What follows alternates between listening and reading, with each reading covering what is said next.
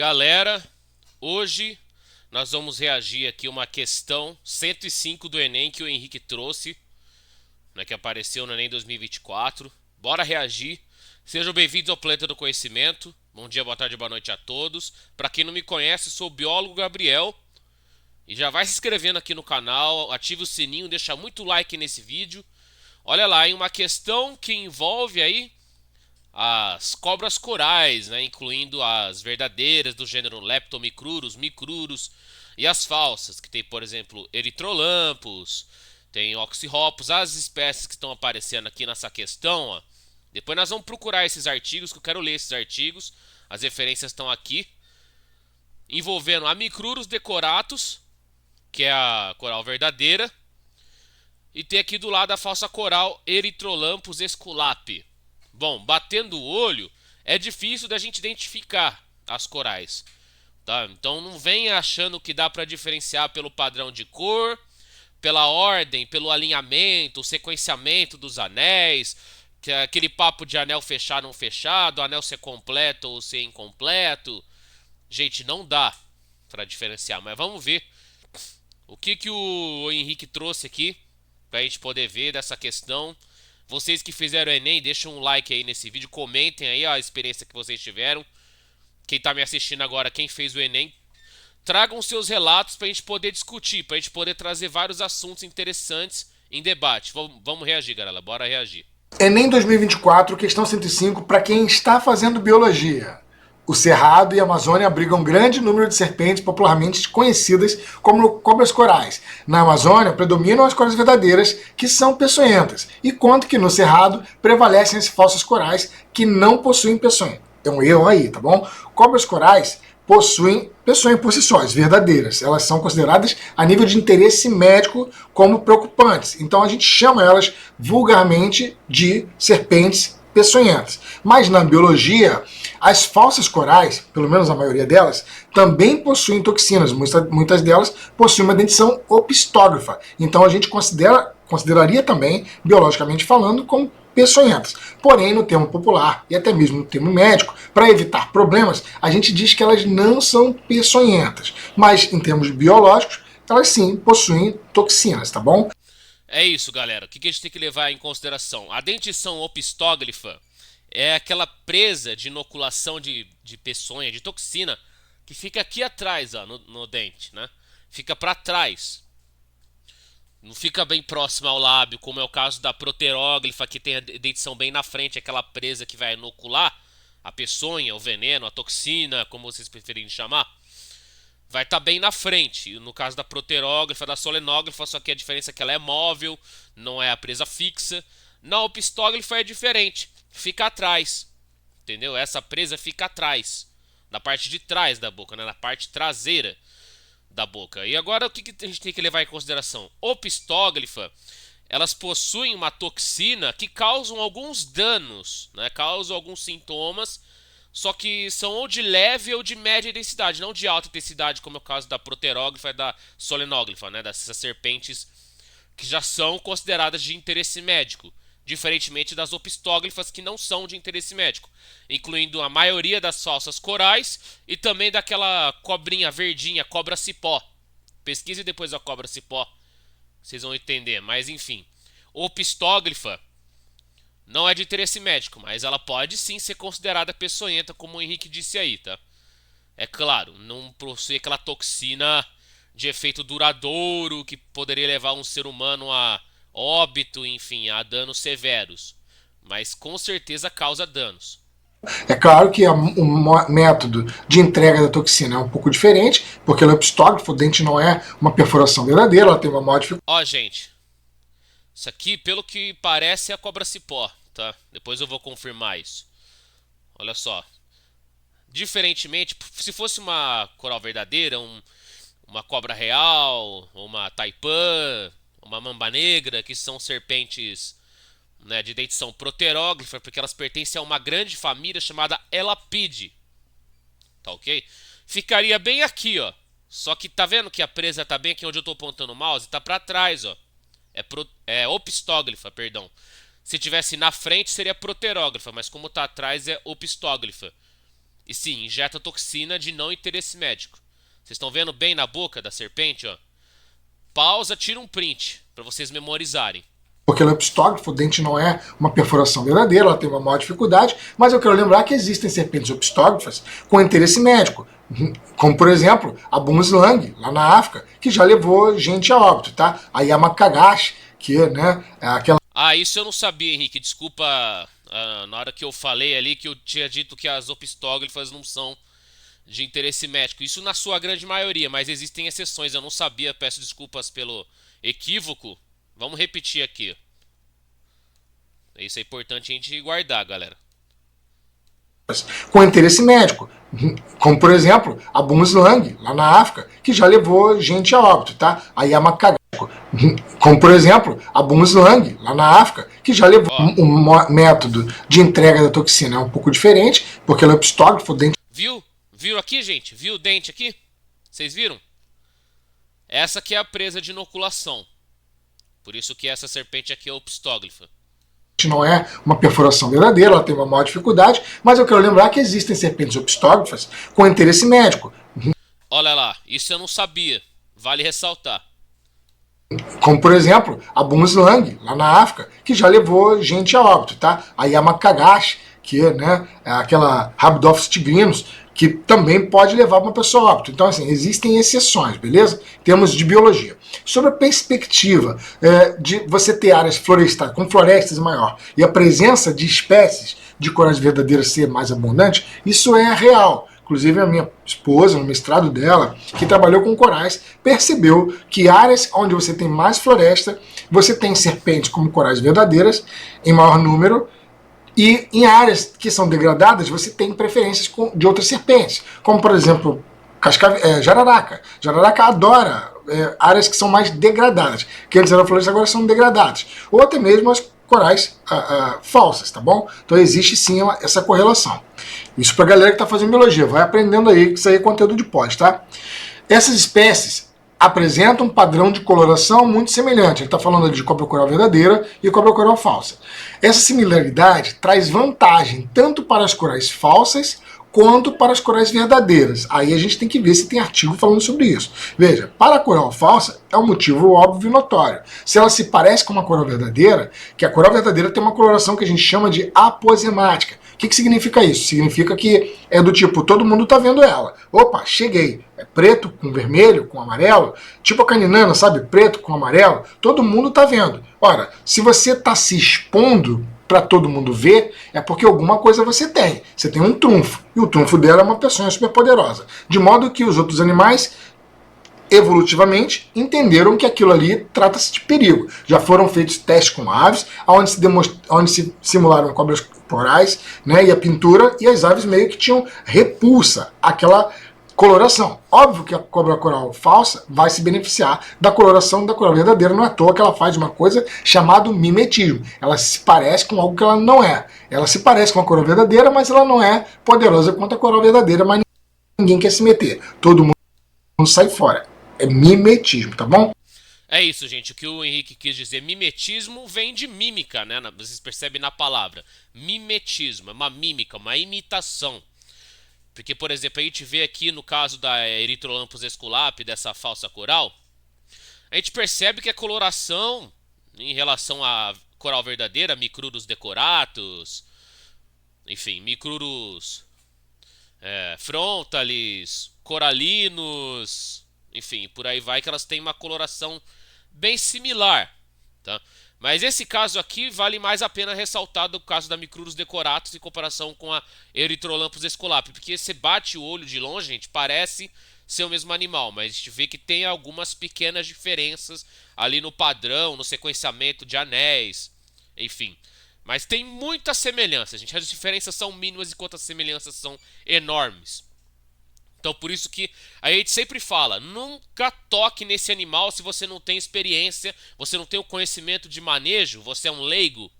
Procure por ajuda se por acaso vocês que moram em áreas próximas a florestas, em áreas rurais, que esses animais estão muito presentes. Enfim, tomem cuidado, gente. Chamem por ajuda, procurem ajuda de órgãos ambientais, de profissionais que têm experiência ou conhecimento devido na área para ele poder manejar esse animal com conforto e segurança. Tá ok? Porque muito acidente pode acontecer. A gente sabe que as corais, elas causam poucos acidentes se você for comparar com jararacas e cascavéis, que causam uma quantidade de acidentes por ano muito maior. Tá ok? A gente vê aqui o caso das corais, que elas podem sim causar acidente, elas são mais relutantes em dar bote. Elas costumam evitar a presença humana, elas se afastam. Elas só vão, né, no caso, contra-atacar, elas vão dar bote para se defender se a pessoa ficar ali incomodando demais, tocar muito no animal, incomodá-lo e deixá-lo encurralado. Se ela não tiver saída, ela vai ter que contra-atacar, ela vai ter que ser reativa, ela vai ter que ser temperamental. Ou seja, por que causa mais acidente a cascavel e a jararaca? Porque elas são bem mais reativas, elas são mais temperamentais, são mais territorialistas, mas não significa que as corais são extremamente dóceis, tá ok? Elas são um pouco dóceis ali se você for comparar com os viperídeos, né? Com jararaca, cascavel, surucucu, né? Que são solenóglifas, né? As corais verdadeiras, como eu falei, são proteróglifas. É aquilo, gente. Porque o que acontece? Ambas as corais vão ter o padrão de cor, vão ter praticamente as mesmas cores, vão ser muito similares. Por quê? Porque pode causar essa repulsa que o Henrique falou. Que podem pensar, né, que são predadores, eles vão acabar se assustando, né, com a presença do animal, né, porque as cores são muito nítidas. Enfim, vamos voltar aqui na explicação que ele disse do mimetismo, porque é importante a gente guardar essa informação. Coloração. Óbvio que a cobra coral falsa vai se beneficiar da coloração da coral verdadeira, não é à toa que ela faz uma coisa chamada mimetismo. Ela se parece com algo que ela não é. Ela se parece com a coral verdadeira, mas ela não é poderosa quanto a coral verdadeira, mas ninguém quer se meter. Todo mundo sai fora. É mimetismo, tá bom? Sobre a perspectiva das cobras corais verdadeiras se beneficiarem das cobras corais falsas, aí um outro questionamento. Tem que ter uma correlação em estudo para ver se a quantidade de cobras favorece a presença de corais verdadeiras, né? Se, tipo, você tem uma abundância de indivíduos, é melhor para a cobra coral verdadeira. Não sei. Até porque você pode ter, em determinados momentos, uma competição entre elas. Se bem que, como o próprio estudo, como a própria questão diz, uma prefere área mais florestada e outra prefere uma área mais de cerrado. Mas isso é um outro questionamento, tá bom? É por isso que é bom a gente entender um pouco de biologia para continuar esse questionamento. É por isso que esse vídeo aqui é para quem está fazendo biologia. Passa para todo mundo que está na biologia, aí, tanto na graduação quanto na pós.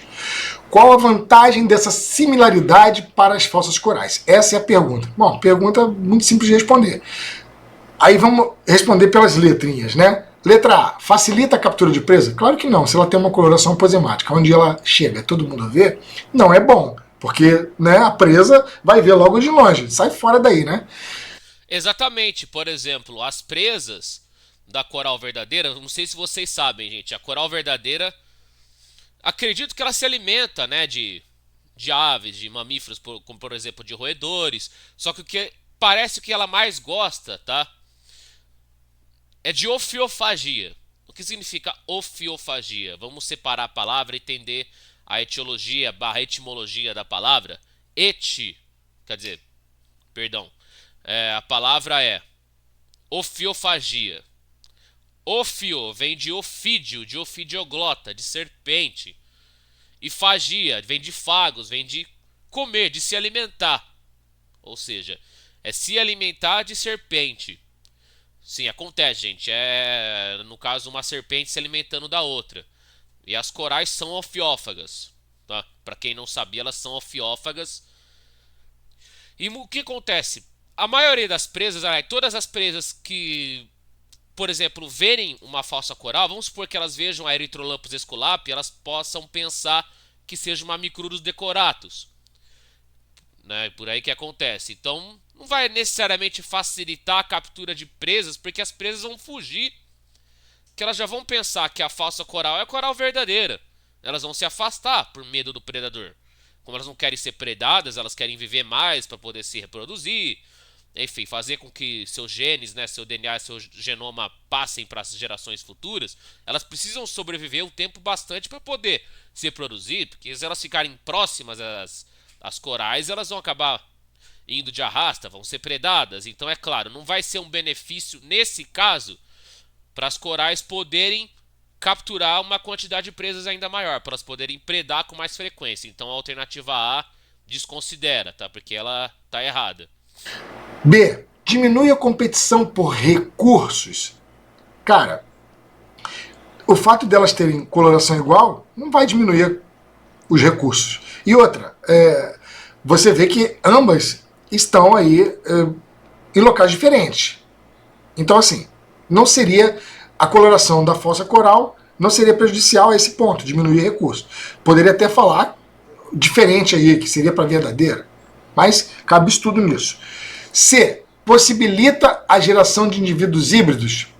Não tem cruzamento de coral verdadeira para o gênero Micrurus, para uma fossa coral, que é outro grupo, cara, não tem nada a ver. E são várias fossas corais, de vários gêneros diferentes, cara. Então, assim, não tem nada a ver. Recebe o nome de fossa coral simplesmente porque elas parecem com coral. Então, tem vários grupos de fossa coral, elas não vão se misturar, ok? É isso, gente. Lembra daquele desenho que eu mostrei pra vocês em vídeos anteriores? Vocês podem conferir na íntegra depois. Nossa, deu um nó na língua aqui, gente, perdão. Eu trouxe vários vídeos que eu mostrei aqueles desenhos do Marcos Bononato, gente. Vocês viram a quantidade de gêneros, de espécies que existem. Vocês viram que existem milhões de padrões de coloração. Entendeu? Então é aquilo. Existem vários gêneros, várias espécies, tá ok? É uma coisa muito mais complexa do que a gente imagina. Então é aquilo, gente. Bater no olho de longe não dá pra saber com facilidade, assim, já identificar logo de cara quem é a falsa coral, quem é a coral verdadeira. Então por isso que eu vou repetir. Viu uma serpente? Não põe a mão, não toca, se afasta e procure ajuda de um órgão especializado. Letra D. Reduz a possibilidade de sofrer predação. Exatamente isso. Se a fossa coral se parece com a coral e ninguém quer se meter com cobra coral, então reduz a possibilidade de predação. Essa é a resposta. Gostaram? Ficou melhor assim? E qual que era a outra lá? Vamos ver qual que era a alternativa aí. Essa é a resposta. Otimiza o encontro de parceiros reprodutivos. É praticamente a mesma coisa ali da alternativa C. É uma alternativa muito parecida, tanto a C quanto a E. E elas têm erros parecidos. Ah, vai facilitar o hibridismo? Vai facilitar a especiação? Não, porque elas sabem, as serpentes sabem meio que reconhecer quem pertence à espécie dela, quem não pertence. Entendeu? Porque elas têm esse convívio, elas têm essa vivência. Eu sei que elas preferem, né, ambientes diferentes. Normalmente as corais são fossoriais, elas ficam por baixo das folhas, elas ficam mais ali na grama. Em mata fechada, isso nas corais verdadeiras, pelo que eu entendi. E as falsas preferem áreas mais degradadas, áreas de cerrado. Pelo que eu entendi foi isso, tá? Enfim, especialistas como o Henrique ele é especializado em serpentes, ele entende muito dos répteis. E ele é doutor na área, né? Ele é zoólogo, enfim, ele tem anos de experiência. E claro, vale ressaltar uma recomendação de livro aqui, ó, o próprio livro dele que ele escreveu com a esposa. Esse livro aqui, gente, é uma obra-prima, gente. Isso aqui é a verdadeira enciclopédia de conhecimento puro, entendeu? Recomendo a todos terem esse livro, vale muito a pena, eu tô lendo ele. Gente, eu leio esse livro todo dia, vale muito a pena vocês adquirirem o exemplar. Enfim, otimiza o encontro de parceiros? Claro que não. Vai facilitar a reprodução? Não. Tá ok? Então não tem nada a ver com hibridismo, competição por recursos vai continuar a mesma, não vai nem aumentar nem diminuir, ou talvez possa até aumentar, né? A chance de aumentar é muito maior do que de diminuir. Porque quanto mais indivíduos, mais vai ter competição, aumenta a competição pelos recursos. Se tiver uma riqueza de espécies maior, uma abundância de indivíduos maior, e vai facilitar a captura? Não, porque as presas vão se afastar porque elas podem pensar que a falsa coral é a coral verdadeira. Então, gente, A, B, C e E estão erradas. A alternativa correta é a D, porque é aquilo, né, gente? Vai diminuir a chance delas serem predadas. Por causa do que foi dito lá na alternativa A. Existe uma analogia. Vamos repetir o que ele disse aqui.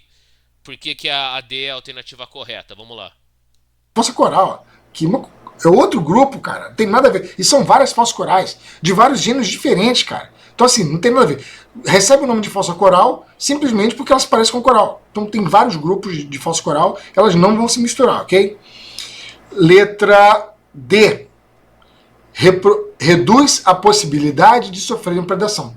Exatamente isso. Se a fossa coral se parece com a coral e ninguém quer se meter com cobra coral, então reduz a possibilidade de predação. Essa é a resposta.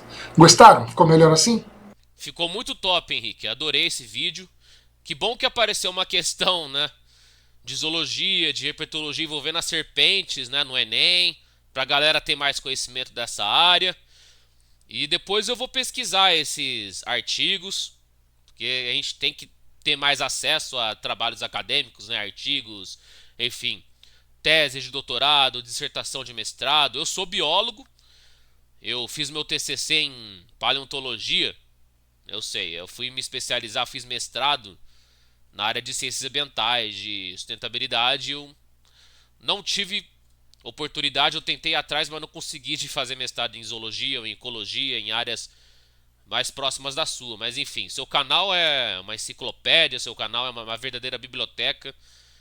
Tanto que eu sou inscrito e tenho orgulho de ser inscrito. Enfim, isso é uma inspiração para mim, para vários que estão aqui. Meu canal existe graças a você e ao Richard e a outras pessoas que estão nesse meio, enfim.